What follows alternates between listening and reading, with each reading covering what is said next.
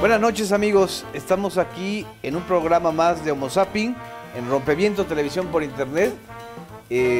Aquí un damnificado de una bala perdida en Cinépolis, Genaro Villamil y Daniel. Ay, Daniel Barrón.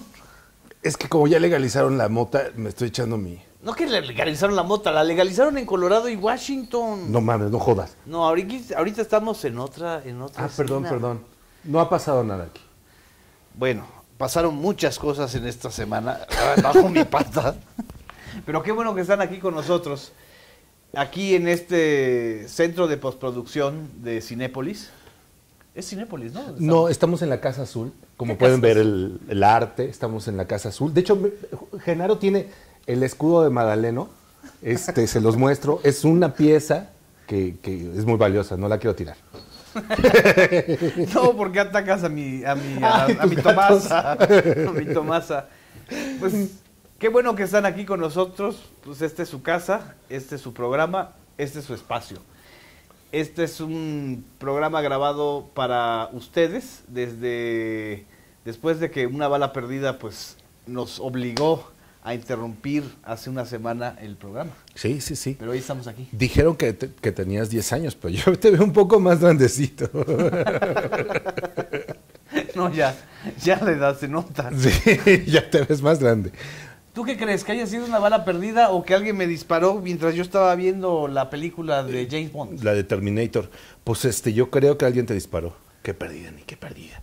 Pero me disparó desde el cielo. desde Fue el Dios. cielo. Sí. Sí, Dios dijo ya, paren a este. Paren a este para que esté tranquilo Peña Nieto en su toma de posesión. Qué terrible, porque realmente pues no, ahora ya ni en el cine puedes estar a gusto. Y además un niño, 10 años. Hendrix se llama. El caso Hendrix. que vamos a abordar y que vamos a hablar con ustedes hoy es el de, ya se volvió un escándalo. Un trending fucking. Un trending topic, un trending balling, un trending killer, es el de Hendrik, un niño que el 2 de noviembre asistió a una función en la sala 7 de Ermita Iztapalapa, perteneciente a la empresa Cinépolis, Sí. con su padre a ver una película que se llamaba Ralph, el Demoledor.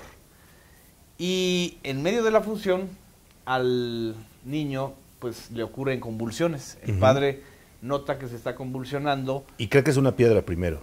Primero cree que alguien le había arrojado un objeto. Un objeto, pues cosa sí. que parece que es bastante común en algunas salas de Cinépolis, por lo que nos han dicho Exactamente. algunos de los lectores y de los seguidores de Que Homo es algo Zapping. que se puede hacer en Cinépolis. Sí, pero que tú entras con tu caguama en algunos casos y si el gerente te permite, puedes hasta tirar arrojar La botella, objetos. sí. Y en este caso, el niño de 10 años sale de la sala de cine y el papá pide ayuda a la gerencia, llaman a una ambulancia, según la versión de Cinépolis. No llega la ambulancia, llevan al niño en un carro privado, en un carro de alguien del estacionamiento de la plaza, es un Mazda. Y lo llevan al hospital regional de Iztapalapa, el más cercano.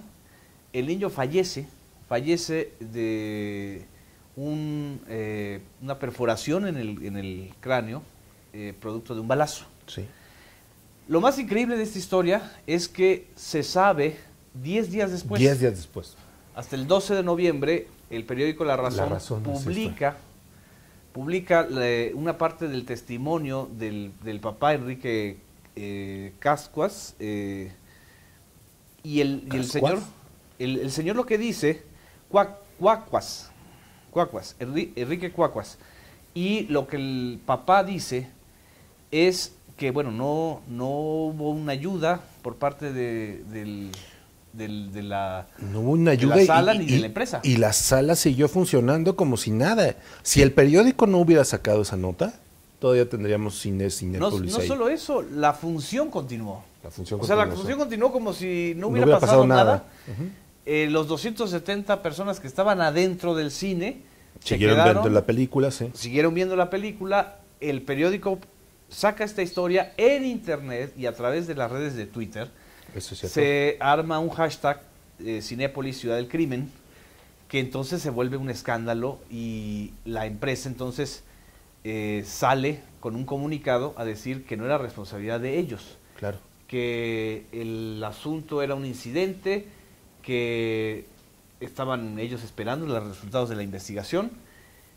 Nunca dijeron que, la verdad es que, salvo lamentar la muerte del menor, nunca dijeron que ellos iban a ser responsables de todos los gastos posteriores. Claro. Eso fue hasta después. Sí, para que veas cómo sí sirven las redes. La gente de pronto dice que no, pero lo que hacen es finalmente presionar. No solo a veces poner o jalar agenda, sino presionar a que esas gentes de pronto tengan que responder y tengan que decir algo ante la presión social. Lo que pasó con este caso es que se generó una opinión pública muy adversa a Cinépolis, una empresa muy grande.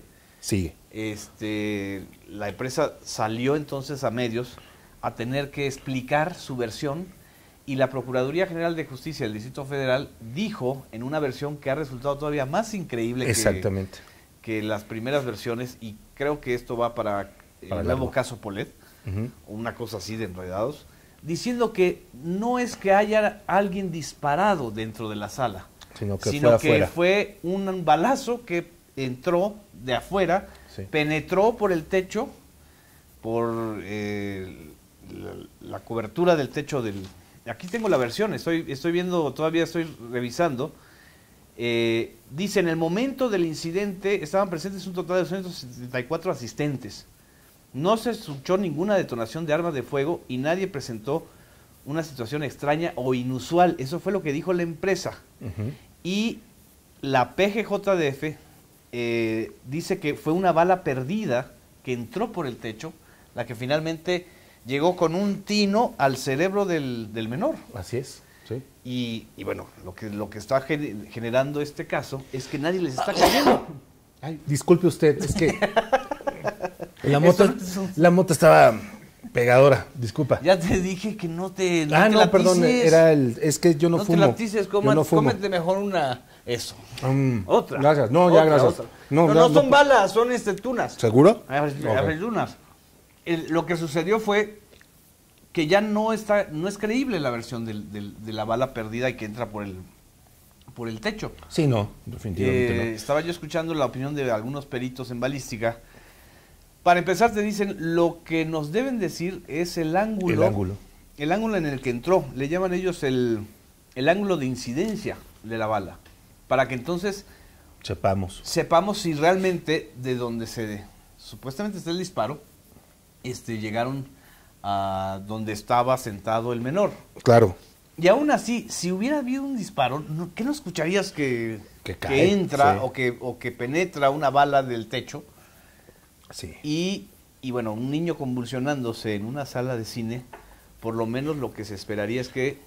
prendas la luz, apagues. Las prendieron. ¿Ah, sí las prendieron? Sí, las prendieron, pero luego continuó la función. Es decir, estamos ante el indicio de un caso de negligencia empresarial muy grave. Sí. Por supuesto, no es responsabilidad ni culpa, vaya, no es un asunto de culpas de la empresa, pero sí me llama mucho la atención y creo que a la gran mayoría de los usuarios de redes sociales que han estado comentando sobre el asunto, la insensibilidad. Sí. La insensibilidad de la empresa, la insensibilidad de la sociedad en general. Sí, que fue algo que, pues mira, esto pasó. Pues y bueno, hasta que se detonó una reacción en redes sociales. Sí. El miércoles, Alejandro Ramírez, el presidente y director de Cinépolis, da una conferencia de prensa diciendo que ellos no van a poner arcos de metales ni medidas de seguridad extremas en las salas Cinépolis en todo el país, porque bueno, aquí en México no hay terrorismo como sí sucede con sus salas en la India. La India, hazme el favor. Y que bueno, van a tomar las medidas de protección civil necesarias, que se lamentan mucho la muerte, y que encontraron 16 balas en el techo de una de las salas. ¿Sí escuchaste esa versión? Sí. Pues es decir, todavía... O sea, fue la fiesta de las balas como Nelly Campobello. como en la narración de Martín Luis Guzmán. Sí. Yo creo que llegaron los villistas y entonces empezaron a disparar, pero un perito en balística también dice, bueno, encontraron las 16 balas afuera. Eso no quiere adentro, decir claro. que no penetran en el techo. Entonces, ¿cómo vas a hacer creíble una versión de La bala perdida? Digo, es creíble en mi caso. En tu porque, caso, pues sí. Ya estoy con pata biónica y todo. Pero, y aún así, o sea, no hubo enfermería, personal de emergencia que actuara para salvar la vida de un menor que quizá, no sabemos, pudo salvarse si la situación se hubiera manejado con la urgencia de vida. Claro, ¿no? Sí. Con las medidas con las medidas de seguridad, debieron haber tenido ahí algún equipo, no llevárselo en un coche. Es que a mí lo que me parece más impresionante de todo es que, bueno, que siga la función, no podemos dejar que los que perder compraron dinero, sus palomitas, claro, que sigan comprando refrescos y sus botellones estos que te venden. La película pues tampoco era nada extraordinario, no era ninguna premier especial, pero ¿hasta qué punto hemos perdido el valor por la vida en un país en donde también tiran granadas en los casinos de Monterrey y no los cierran? Así es. En donde también en los hospitales de la gran mayoría de este país matan a los sanos y enferman a los que no estaban tanto. Entonces, y no hay nadie que responda. Claro. A menos que haya una protesta social mediática. Exactamente. A menos que existan estas redes sociales o estos vínculos entre varios usuarios en donde están insistiendo en un punto. Claro, y que por eso se vuelve como riesgosos para el gobierno y por eso luego lo quieren cerrar. Se vuelven riesgosos las redes. Las redes sociales, sí. Sí, porque los antros ya. Tú eres más riesgoso que una red social. Ah, no, pues sí, mira, ya no sé. Estás promoviendo el uso de plantas espirituosas. Bueno. Tengo mi matita. No. Dejemos a Daniel Barroco con su matita un rato. Ajá. No nos dejen. Vamos a un corte. Continuamos aquí en Homo Sapiens. Oye, estaba regañona.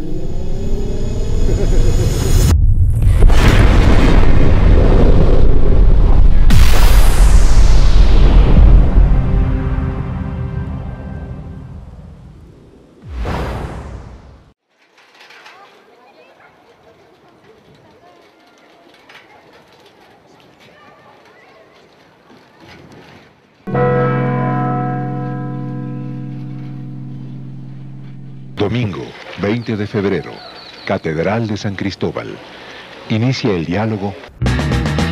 Festival de la Memoria, festejemos recordando. Sábado 17 de noviembre del 2012, de 10 de la mañana a 10 de la noche. Casa de las Imágenes, calle Belisario Domínguez, número 9, centro de San Cristóbal de las Casas. Entrada libre, no te lo pierdas. No están solos. Festejemos recordando.blogspot.mx.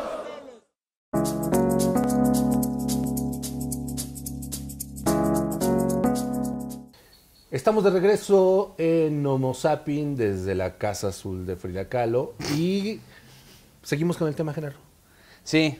Porque es muy importante. Creo que además va a seguir, va a dar para mucho más.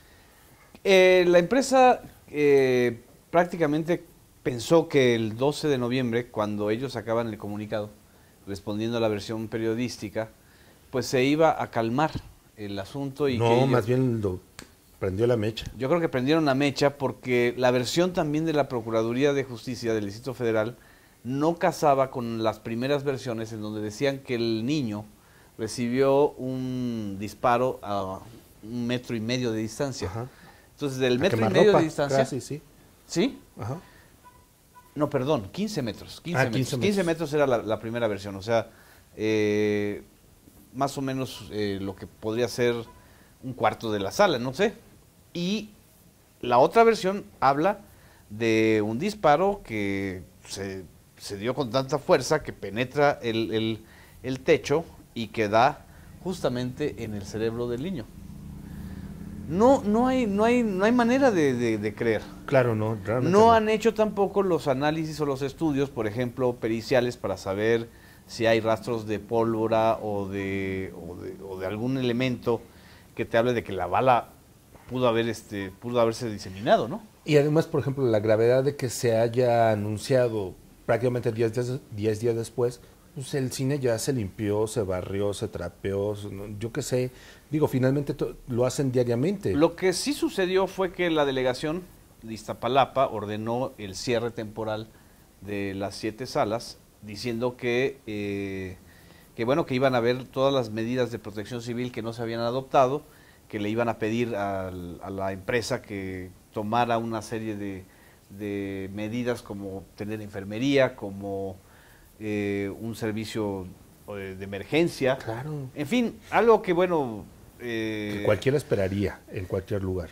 Sobre todo en lugares masivos, es decir, Sí. donde hay 7 salas, pon tú 200 personas por sala, 1.400 personas en un día, Normal, pues sí. puede pasar cualquier cosa, ¿no? Sí, O puede sí, pasar sí, muchas sí. cosas.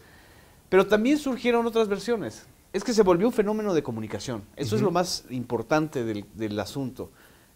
Nosotros no podemos dictaminar, ni es nuestro papel, quién Sí, es no, no, culpable no, o sí, quién es el sí, no. responsable. Pero lo que sí es claro es que se volvió un escándalo. Se volvió un escándalo cuando menos se esperaba, porque la sociedad o los usuarios de redes sociales presionaron a través de los medios interactivos para que diera la cara a la empresa. La empresa, y claro. para que las autoridades también dieran una versión o estén dando una versión más creíble y lógica, Sí, ¿no? 10 días después. En los mismos medios, también surgieron muchas versiones locas, que había un asesino serial que ya había matado a 4 personas en el cine. Sí, se volvió una película paralela. Ok. Se ha vuelto, o se está convirtiendo en una película paralela. Y que habían otros 4 heridos. El periódico Reforma publicó el miércoles que el testimonio de unos empleados de la misma sala, que lo dieron bajo el anonimato, diciendo que hace 4 semanas otra persona estuvo herida de un balazo en el pie en una de esas salas. O sea, sí es cierto lo de tu pie. O sea, yo no fui a la Plaza Ermita Iztapalapa, pero creo que pudo haber pasado cualquier cosa. Cualquier cosa así. ¿No? Y bueno, pues esto es un accidente que es enmendable, pero el caso de la vida de un niño, menor claro que no. no es enmendable. Lo que además llama mucho la atención es esta necesidad, esta reiteración de salvar la imagen, ¿no?, de la empresa. Y la necesidad de que la sociedad civil tome cartas en el asunto. Porque si fuera por ellos, es decir, por los empresarios y por el gobierno, no hubiera pasado absolutamente nada. Es la sociedad civil la que presiona, la que tiene que hacer que estos protagonistas salgan y den la cara. Tú me habías comentado antes de que iniciáramos el programa una anécdota de Sonia Infante, de cuando estaba el pleito con la familia Alameda, ¿no? A la triste. A la triste, perdón. A la triste, sí. Por el negocio de los cines. De los cines, sí. Y ella lo que decía era que en realidad los cines le valían, lo que le importaban eran las dulcerías. O sea, el negocio de las salas de cine no era la proyección de la película, sino No, el consumo sí. de la gente. Yo no sé ahora, porque son tan caras ya las entradas que a lo mejor ya es negocio, pero no creo, yo creo que sigue siendo la dulcería el verdadero negocio de los cines. Los testimonios de mucha gente es eso, o sea, mira, hay hasta gente que te dice que las proyecciones en varias salas de Cinépolis, y no es un asunto de ir contra la empresa, pero es muy, muy señalado el asunto de que luego las proyecciones están malas. Sí. Me contaron la anécdota de cuando estaban estrenando la película de Batman en una función casi de medianoche, en donde se interrumpió varias veces la proyección por problemas de audio. Que salieron hasta las 5 de la mañana. Y salieron hasta las 5 de la mañana. Sí. Pero claro, mientras esté consumiendo la gente, Para con ellos la mejor, dulcería, o claro. con las palomitas, o con esto, el cine se vuelve no un ritual de arte, no un ritual de no, encuentro, no un medio de expresión artística, como bien lo dice Jesús Taylor en su programa, Sí. lo que Rompimiento se llevó. ¿Que no es de teatro su programa de rock? Hace teatro, pero hace menos teatro que arte afuera. Sí, bueno, sí, pues sí hace eso menos sí. teatro que arte afuera. Eso que ni qué. Pero eres una bala perdida. No, fíjate, hasta en estos blockbusters, Ajá. sacas una película y te insisten cuando estás en la caja. No sé, por 2 pesos más llévese un chocolatito. Por 3 llévese un dulcecito. Sí, sí, sí. Es el verdadero negocio, ¿eh? Lo otro yo creo que no va a ser nada. Daniel Barroso, ¿paquete combo les da? ¿No Sí, quieren sí, por sí. 5 pesos más que le eche todas las palomitas encima? No, por 5 pesos más no quiere que le dé una bachita. ¿Por 5 pesos más no quiere unas palomitas con bala? Exactamente. ¿Quiere vivir el cine realmente? ¿Cómo? ¿Quiere vivir el cine ¿En 3D? en 3D? 4D? Sí. No. En carne propia. Es un asunto que no va a parar. Yo creo que es otro caso más en donde las redes sociales ponen el dedo en la llaga Sí. a partir de algo que surgió en un medio impreso, impreso. que tampoco era de mucha circulación, pero le dio el clavo. Lo vimos hace poco con, ¿te acuerdas el periodicazo que decía que el esposo el ex esposo de Lucía Méndez iba a ser el director de Pedro Torres. De Pedro Torres, que iba a ser el Pedro Torres, director de Canal 11. Canal 11. Y nadie había hecho nada, hasta que de pronto las redes hacen todo un lío diciendo, ya burlándose y diciéndose, bueno, pues ya si de por sí está mal el Canal 11, ahora va para peor. Y entonces son los protagonistas los que ante la presión social tienen que salir y decir, no, no es cierto. Pero ya no importa si fue cierto o no. Lo importante es que es la sociedad civil la que empuja El caso de Amador a que Narcia. digan al caso de Amador Narcia. O sea, Amador Narcia, vicepresidente de Información Nacional de Televisa, mencionado su nombre por lo menos, como uno de los contactos de los 18 mexicanos detenidos en Nicaragua, que por cierto el juicio se pospuso, para el 10 de diciembre, él tuvo que desmentir en Twitter. En Twitter las versiones que ya estaban diciendo que, bueno, Amador Narcia era uno de los responsables o de los jefes, por lo menos de 5 o de 2 de los integrantes de la caravana de Nicaragua. Claro.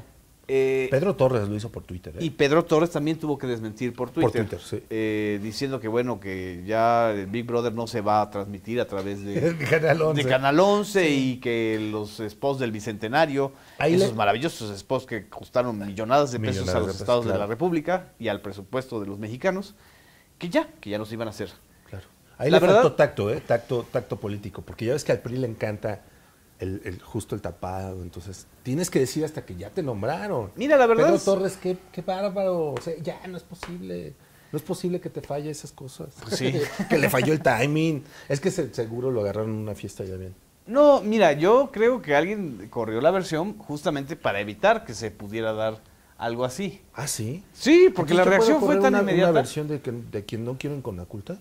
Tú puedes correr la versión, no sé, de que Speedy González no lo quieres en Conaculta. Órale. O aquí no quieres en Conaculta.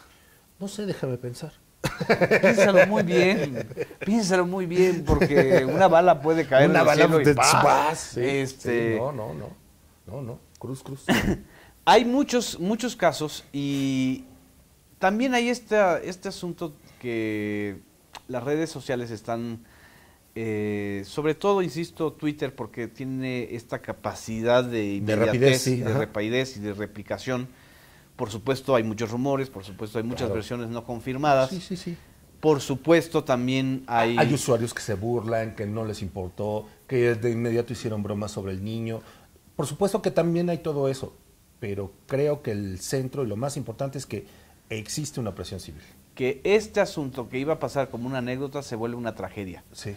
Y se vuelve una tragedia que le llama la atención a todos. Sí. Y que empieza entonces la reflexión sobre qué tipo de salas de cine o qué tipo de centros de espectáculos o de centros de entretenimiento se necesitan en este país para que este clima de inseguridad, no solamente en la Ciudad de México, sino en todo el país, es más, la Ciudad de México, que no había tenido incidentes mayores más que el caso del News Divine y otros casos como el del Bar, Sí.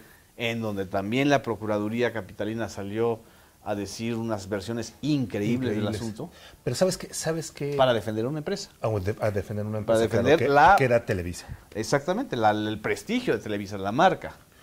Hay algo que me importa mucho. Creo que tiene que ver también con la identidad. Cuando tú sabes cuál era el nombre del niño, cuál era su rostro, porque de inmediato empezaron a tuitear fotografías del Sí, niño, sí. en vestidito del fútbol, yo qué sé, cualquier cosa. Es cuando tú como ser humano te interesas, cuando han pasado todos estos miles de personas que están muertas y se vuelve una estadística y un número. Así es. Cuando tú no puedes tener cierta empatía. Cuando si se hay- humaniza el caso, o sea, se Cuando humaniza hay la estadística. identidad de sabemos quién es, sabemos qué edad tenía, sabemos quién eran sus papás, sabemos qué ocurrió, entonces es cuando uno verdaderamente se conmueve y dice, oye, ¿qué está pasando? Por eso este caso reventó. Hay otra cosa que también es preocupante, que se intente también criminalizar toda la zona de Iztapalapa. Ya también está corriendo la versión de que los responsables pues, son los habitantes de la colonia aledaña, que ya no me acuerdo de su nombre, que bueno, que son muy violentos y que son los responsables de todas las balas perdidas. Yo creo que ahí hay un gran riesgo también. Sí, criminalizar como se hace con las redes. Exactamente. Vamos a un corte. Regresamos.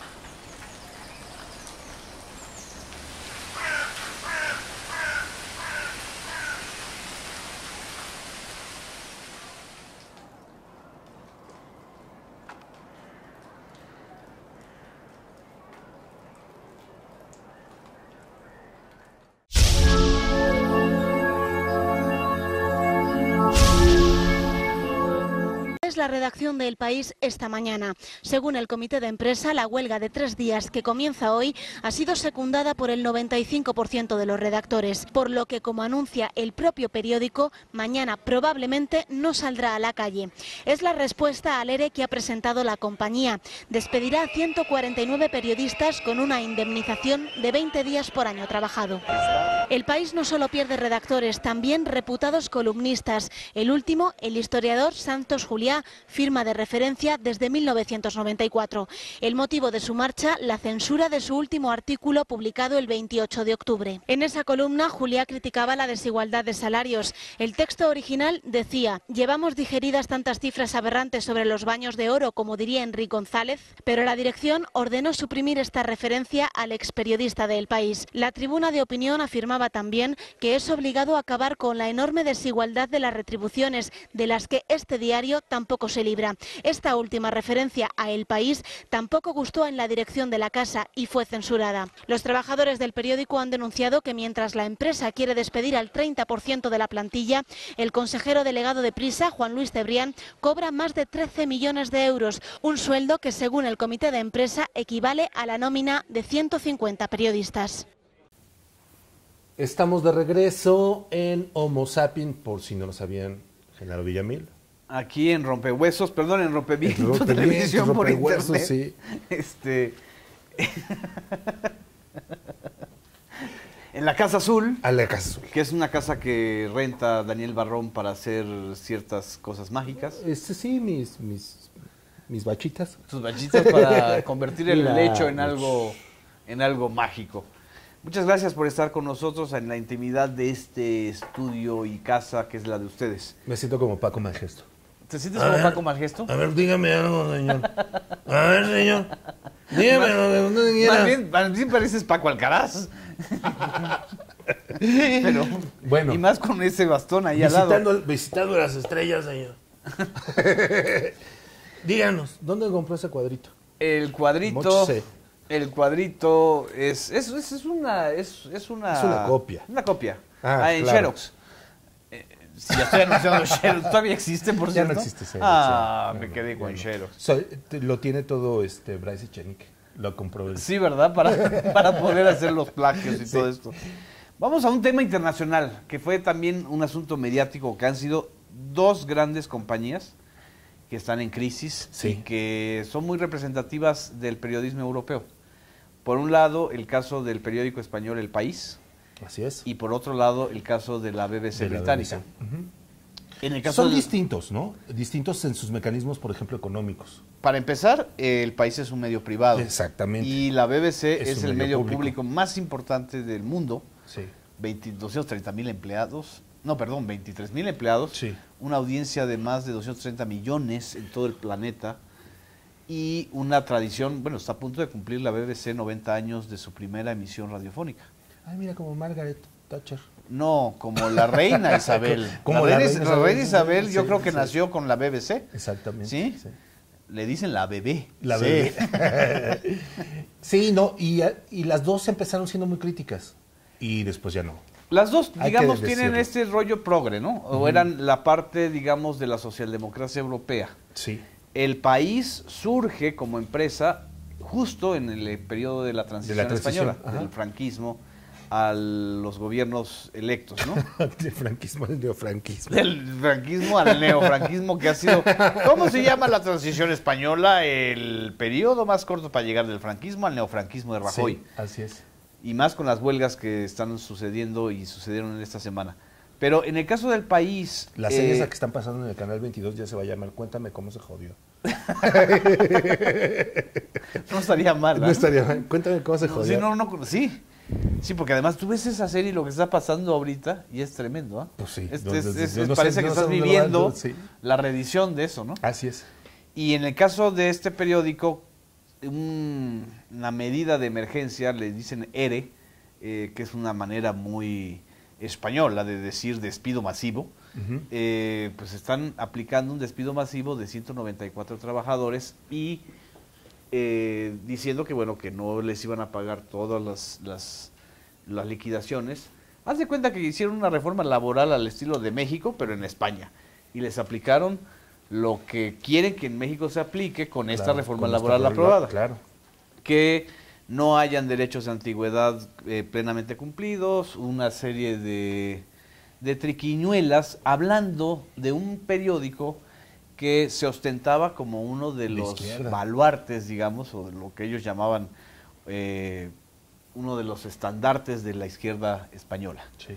Y realmente lo que está sucediendo es una medida empresarial a rajatabla para hacer eficiencia, para recortar gastos, y en lugar de recortar los beneficios bursátiles o los gastos en otras serie de empresas dentro del grupo Prisa que han sido un fracaso, pues lo que se les hizo más fácil es correr a la gente de la edición impresa. Aguas con esa reforma, la reforma que estamos teniendo nosotros, porque ellos ya la aceptaron, pero nosotros todavía espero que podamos tener una última palabra. Ahí lo que me impresionó fue que pues muchos de los colaboradores la gran mayoría de los colaboradores del país, tanto de la edición semanal como de la edición cotidiana, se pusieron muy solidarios y criticaron esta decisión de empresarial a rajatabla.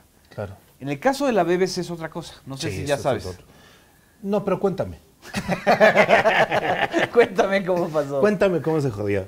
Mira, la BBC, que era la cadena, no, la BBC anda en otro desmadre, en otro fenómeno que también vale la pena seguir.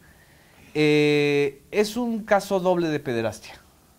Por un lado, eran gemelos. No, no. Por un lado, un presentador de Newsnight, que es uno de los programas más famosos de la BBC a nivel internacional, durante muchos años él fue el conductor estelar, y se descubre o sale a la luz en octubre del 2011 que está implicado en la violación de más de 200 o 300 niños a lo largo de varios años, ¿no? Los directivos de la BBC pretenden encubrir el escándalo, ¿no? Y para encubrir el escándalo ordenan una serie de reportajes que nunca se transmitieron en la BBC. Y al contrario, sacan otro caso de un reportaje sobre un testimonio anónimo que acusa a uno de los extesoreros del Partido Conservador durante la época de Margaret Thatcher, la gran enemiga de la BBC durante muchos años, de estar implicado en casos de pederastia. Bueno, la BBC se alineó a Margaret, ¿eh? En el 87, después de en las Malvinas.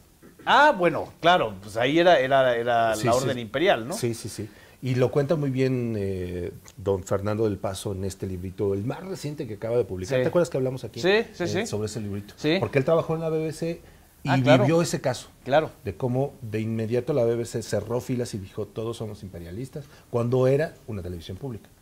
No, a final de cuentas siguió el guión de la corona británica, claro, ¿no? Sí, sí, sí. Y en este caso, ellos sacan este reportaje, resulta que es una versión falsa, se vuelve un escándalo porque entonces los periódicos británicos conservadores acusan a la BBC de estar desviando la atención y acusan a su directivo que a los 54 días de haber tomado la dirección general de la BBC, renuncia.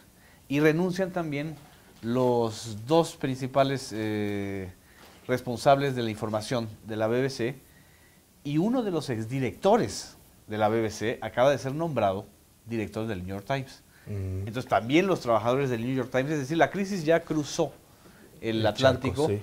para entonces impactar en la prensa norteamericana, en el principal periódico Y acababa de pasar lo de Murdoch.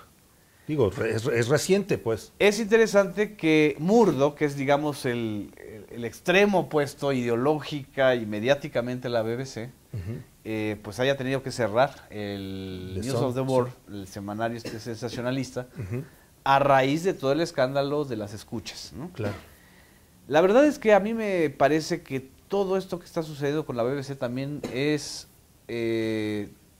tratar de cerrar un modelo de televisión y de medios audiovisuales, porque además las estaciones de radio son muy importantes, la página en internet de la BBC pues es muy consultada. Que manden a Pedro Torres de director de la BBC. No sería mala. Y o Amador Narcia. O Amador Narcia, y mira, se acaba, ¿eh? Mira, puedes enviar a Javier Alatorre para que haga a la prima. ¿A cuál prima? No es la que está en Nicaragua. La Raquel Alatorre de Correa, la de Nicaragua, no se llama así. No se llama, ¿no era esa? Bueno, ese es su nombre, pero su verdadero nombre parece que es otro, parece que es así como, no sé, no estamos ahí. No, pero mira, eso verdaderamente... El Gordillo, creo que se llama. Una cosa así, ¿te parece? Es una crisis muy significativa. Por un lado, hay unas reformas estructurales que minan los derechos de los trabajadores, y por el otro, esos medios que podrían ser el contrapeso, es decir, que podrían denunciar esta clase de cosas, los empiezan a fracturar. A fracturar, a cerrar. Y el hecho es que aquí en el caso de la BBC el asunto viene por el lado moral, por el lado del ángulo conservador. Es que le estás pegando al mero mole de los ingleses. Y de la cultura anglosajona. Sí, yo creo que acuérdate que son puritanos. Sí. Pueden legalizar la marihuana, pero siguen siendo puritanos. ¿Y tú vas a ser puritano a pesar de que vas a esperar a que legalicen aquí en México la marihuana? ¿Habría que esperar? Pues no, bueno, ¿hay que esperarse? Por lo menos se va a abrir un debate. Es un debate que, por cierto, lo estamos ahí promoviendo como debate. ¿Y se puede llevar churro al debate? Se puede llevar cualquier cosa que aclare la mente. Eso. Y no perjudique la salud. Exactamente. A un debate así. Claro. No, están tratando de llevar este debate a México, porque es una de las consecuencias clarísimas de la elección en Estados Unidos. Sí, que ahorita vamos para allá. Sí, vamos a abundar un poquito más en eso. Nada más quería yo terminar con esta idea. En general lo que está sucediendo es que los medios, los grandes corporativos mediáticos, cada vez son dirigidos menos por periodistas, menos bajo un criterio de información, sí, y de promoción de contenidos de calidad. Y son empresarios. Y son medios empresariales. Son medios empresariales, sí. Por el caso del país es muy triste por eso, sí, porque claro, todavía el país, con todos los vaivenes que tuvo, siempre, y bandazos, absolutos bandazos, siempre trataba de mantener una línea, digamos, de privilegiar la calidad periodística por encima de la mercancía o de la mercadotecnia barata. Ya no. O sea, si tú te acuerdas, esa famosa revista de los domingos, yo recuerdo, no sé, en los 90, y venían unos reportajes, la guardabas, era impresionante verdaderamente la calidad periodística. ¿La guardaste? Sí. ¿Y ahora qué hiciste? ¿La atizaste? Exactamente, y me hice mis churritos. Ajá. Él fuma el país semanal. Y ahora, pues ya venían anunciadas ropa, zapatos, ya era un asunto de promoción de marcas, de belleza y de consumo. Entonces ya no tenía nada de periodístico. ¿Y tampoco te interesaba lo cosmético? No, todavía no. Mejor vamos a un corte. Vamos a un corte y regresamos.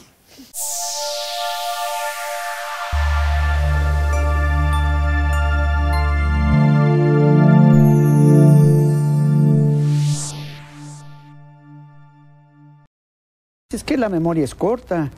No morirá la flor de la palabra. Podrá morir el rostro oculto de quien la nombra hoy, pero la palabra que vino desde el fondo. Quiero decir por qué creemos que no puede ni debe aceptarse la utilización de la tribuna de esta Cámara para la representación zapatista. Es que la memoria es corta. No se trata de un alzamiento indígena, sino de la participación de indígenas, varios de ellos en circunstancia de necesidad, otros prácticamente llevados por la leva y coordinados por este grupo armado. Nunca más un México sin ustedes. En México y en Chiapas habrá un nuevo amanecer. Es que la memoria es corta. Festival de la Memoria. Sábado 17 de noviembre, Casa de las Imágenes, calle Belisario Domínguez, número 9, centro de San Cristóbal de las Casas. Basta que alguien me piense para volverme un recuerdo.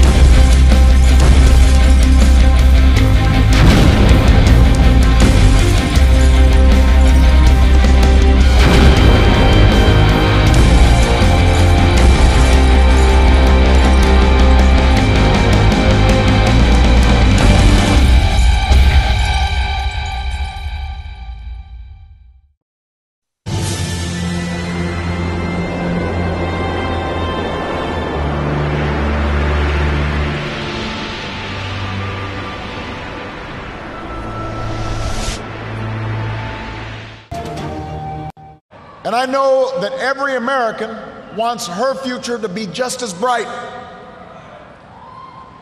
That's who we are. That's the country I'm so proud to lead as your president. And tonight, despite all the hardship we've been through, despite all the frustrations of Washington, I've never been more hopeful about our future. I have never been more hopeful about America. And I ask you to sustain that hope. I'm not talking about blind optimism, the kind of hope that just ignores the enormity of the tasks ahead or the roadblocks that stand in our path. I'm not talking about the wishful idealism that allows us to just sit on the sidelines or shirk from a fight. I have always believed that hope is that stubborn thing inside us that insists, despite all the evidence to the contrary, that something better awaits us, so long as we have the courage to keep reaching, to keep working, to keep fighting. America, I believe we can build on the progress we've made and continue to fight for new jobs and new opportunity and new security for the middle class. I believe we can keep the promise of our founding.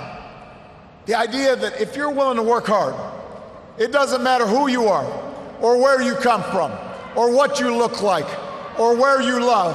It doesn't matter whether you're black or white, or Hispanic or Asian, or Native American, or young or old, or rich or poor, able, disabled, gay or straight. You can make it here in America if you're willing to try. I believe we can seize this future together, because we are not as divided as our politics suggests. We're not as cynical as the pundits believe. We are greater than the sum of our individual ambitions, and we remain more than a collection of red states and blue states. We are and forever will be the United States of America. And together, with your help and God's grace, we will continue our journey forward and remind the world just why it is that we live in the greatest nation on earth. Thank you, America. God bless you.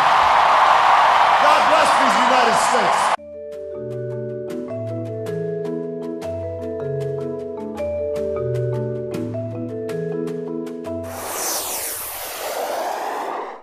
Pues como pudieron ver, Obama está muy contento porque hubo reelección.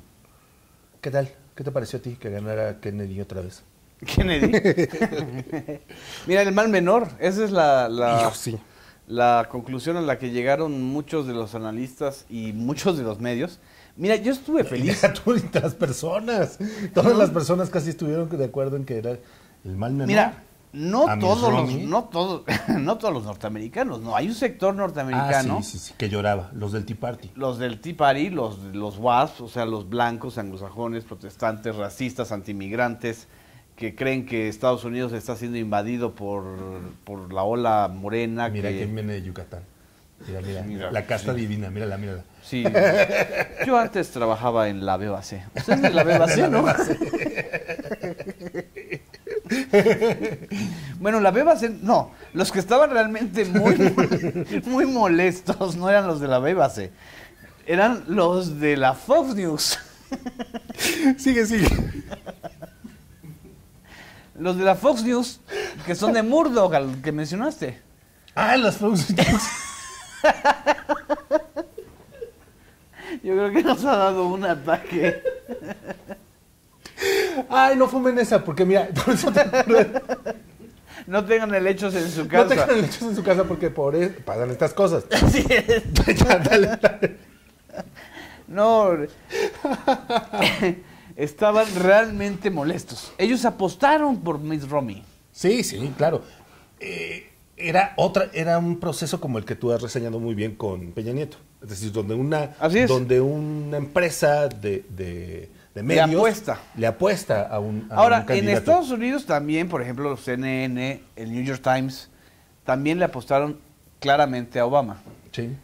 La diferencia con el caso mexicano es que no fingieron ser imparciales. Ni la Fox apoyando a Romney. Ah, no, claro. Ni CNN apoyando a Obama, ni varios medios impresos. Ellos forman parte de la elección, que eso es un poco más honesto, digamos. Bueno, y más regulado. Más regulado, o sea, porque tienen que dar cuentas de lo que ellos están comprando en tiempos, en pantalla y en medios digitales y en prensa. En México, bajo este asunto de... Es por debajo del agua. Así es, de que hay una prohibición absoluta, se fue por debajo del agua y desde antes incluso la prohibición absoluta, ya Enrique Peña Nieto estaba pues ya en un acuerdo de promoción personal con Televisa. Claro, así es. Y en este caso, lo que en todo caso sí criticas es que la apuesta de, por ejemplo, de Fox, fue muy claro, el día de la elección Fox estaba pues prácticamente como Donald Trump llamando a que salieran, no, a que tomaran las calles de Washington para evitar el triunfo de Obama. Un analista republicano que estaba en el programa de Fox criticó a la cadena por haber dicho que Obama ya había ganado Ohio y que ellos no podían dar el triunfo de Obama en Ohio. O sea, haz de cuenta que se volvió Luis Carlos Ugalde, ¿no? Y se jaló los pelos, ¿no? Sí.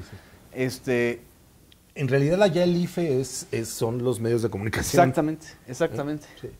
Pero esa ola conservadora... Pero son más confiables, ¿eh?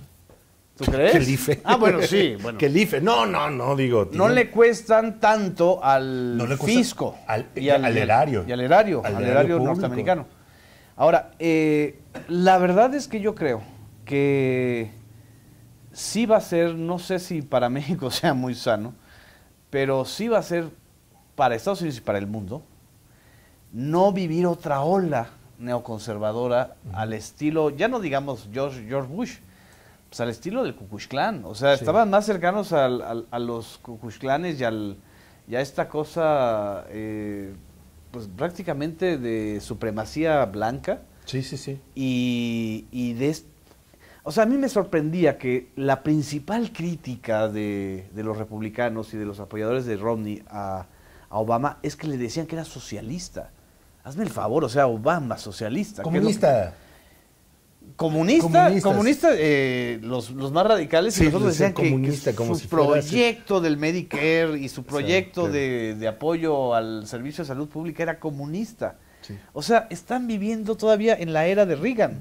No, más atrás, del McCarthy. De McCarthy. Sí. O sea, un macartismo cultural ridículo, cuando no se están dando cuenta que el problema no son los bloques ideológicos, el problema es la pobreza. Claro. El problema es que en Estados Unidos hay una franja que está viviendo en el tercer mundo. Así es. Y que vive como en el tercer mundo y que es la que salva a ese país. Y que es una franja que se está ensanchando aún más, ¿no? Es la franja que le da el triunfo a Obama. Además. El 70% de los votantes latinos, que son ya el 10% del padrón, votaron por Obama. Hay analistas, creo que dicen bien, más que votar por Obama, votaron en contra les daba más miedo Romney, ¿no? Por supuesto. Entonces, por supuesto, y ahí hubo un pésimo cálculo de Romney, y además este asunto de que para él se promovió entre los de origen latinoamericano y mexicano diciendo que su papá o su abuelo era de Chihuahua. ¿Ah, sí? Sí, vendían quesos, creo que como menonitas. ¿Como menonitas también en un casino? No, ellos no eran del Casino Royal. Ah, no eran del Casino Royal. Ah, mira. No, pero sí estaban ahí y todo. Órale. Okay. Sí, si escuchan ustedes risas grabadas, no crean que no hay nadie. Aquí no hay nadie. Aquí no es como en la beba, sí. Hasta las lágrimas se te salieron. No. Ahora, también hay otra parte interesante de la elección norteamericana, que también hubo varias elecciones concurrentes. Ajá. En primer lugar, el asunto más polémico y más fuerte, que es la legalización del uso de la marihuana para fines recreativos. Recreativos en Washington, en Colorado y creo que en una ciudad más, un estado más. ¿Estamos muy lejos? ¿Voy y vengo? Pues sí, puedes ir corriendo hacia ahí, ve. Es como si fueras a las Olimpiadas. Exactamente. O como Madrazo, puedes así, Roberto Madrazo. Ah, sí, claro. No como Madrazo, no, sí, como Roberto Madrazo. No llego de Madrazo, no. Puedes acortar el camino. Y llegar.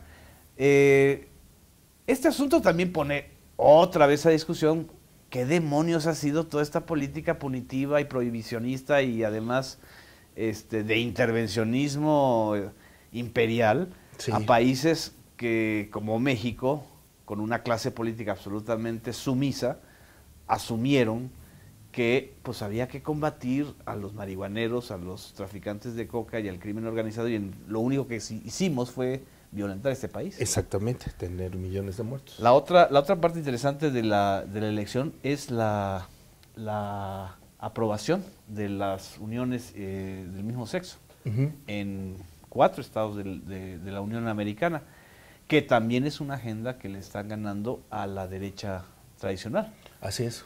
Y la otra discusión importante o interesante es el asunto del aborto, que siempre es un asunto que... Muy espinoso. Que genera, además, es el caldo de cultivo para que los conservadores vuelvan a decir, no, pues aquí los demócratas que son come niños, etcétera, ¿no? Vamos a ver, yo creo que también un reacomodo en los medios norteamericanos. Yo creo que sí, Ahora, ¿sí te fijaste en el asunto de las redes sociales?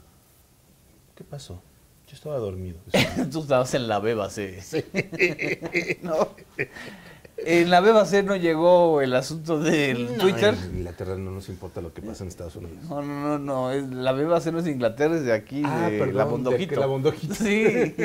Aquí, Allende, el Río Bravo. Exactamente. Fueron determinantes. Los medios digitales alternativos, sobre todo el Twitter, el Facebook, y mucho más el Twitter,